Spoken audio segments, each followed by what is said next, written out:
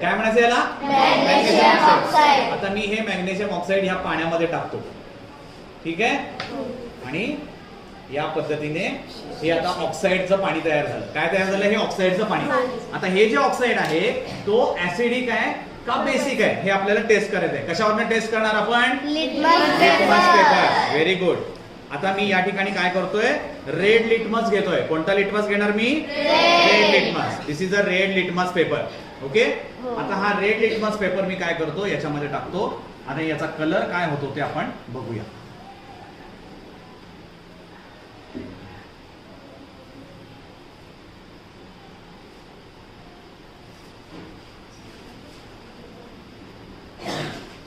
झाला it turns blue.